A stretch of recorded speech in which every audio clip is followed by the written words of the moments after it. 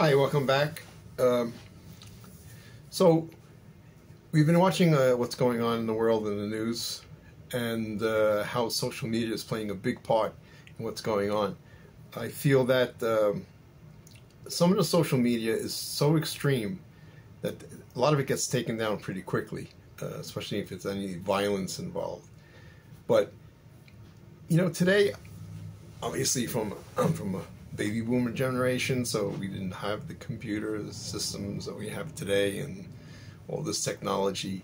And it's great. It makes life a lot easier. I do agree. There's no doubt about it. And I'm sure in the future there'll be even greater things coming out in technology. But I want to focus a little bit on social media. And social media has this powerful force that can make people's lives miserable and can destroy their reputations and really have some adverse effects on society. So I'm a little bit concerned, especially when it comes to manipulating the media. And what I've seen is a lot of things that have been photoshopped, and it just manipulating the system where it can be very detrimental to society. I know one of the main subjects that I think is very important is how it's affecting kids.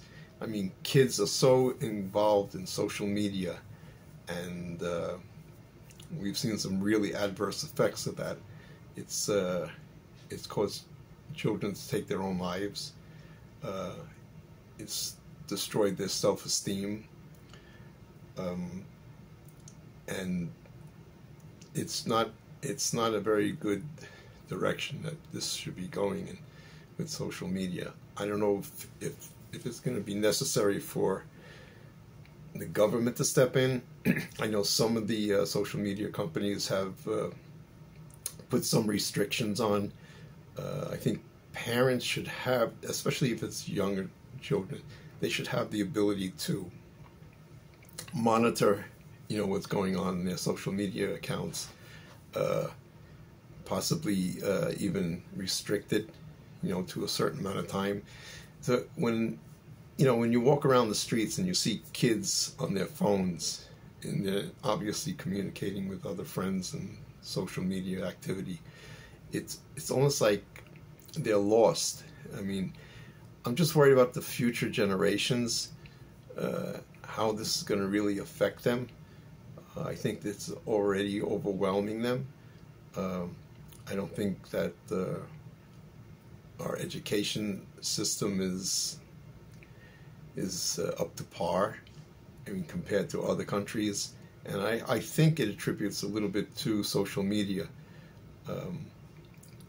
I know that I believe it's China has some kind of restrictions on their social media apps and applications, and I don't, I'm an advocate of free speech. We live in the United States of America, and it's part of our Constitution, First Amendment. We don't want to change that, but at the same time, where do we draw the line? Extreme violence on the internet, in these social media platforms, is definitely having an effect on society as a whole. It's pulling us apart. It's creating huge tension, and in some cases even violence.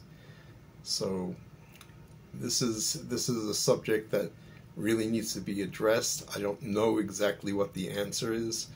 I don't think I want government to actually step in and monitor everything, but at the same time, it needs to be addressed, and something needs to be done. I'm not quite sure what. There's a lot of smarter people than I am out there that can figure this out, I'm sure. But yeah, it's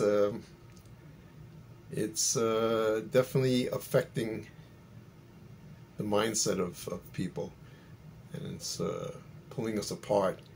So, it's the kids that I really concerned about. You know, we as adults, we can deal with most of this stuff. You know, we understand and we can decipher what's real and what's fake and what's you know, what's affecting the world. Some people choose not to even get involved with the social media and not to look at it.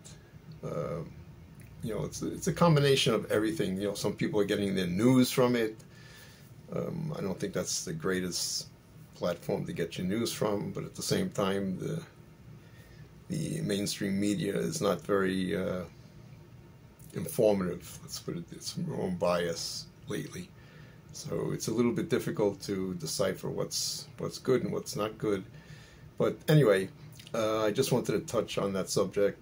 Again, if any of you out there have any views or comments or something, I'd be happy to reply and discuss it. So till next time, see you. Bye.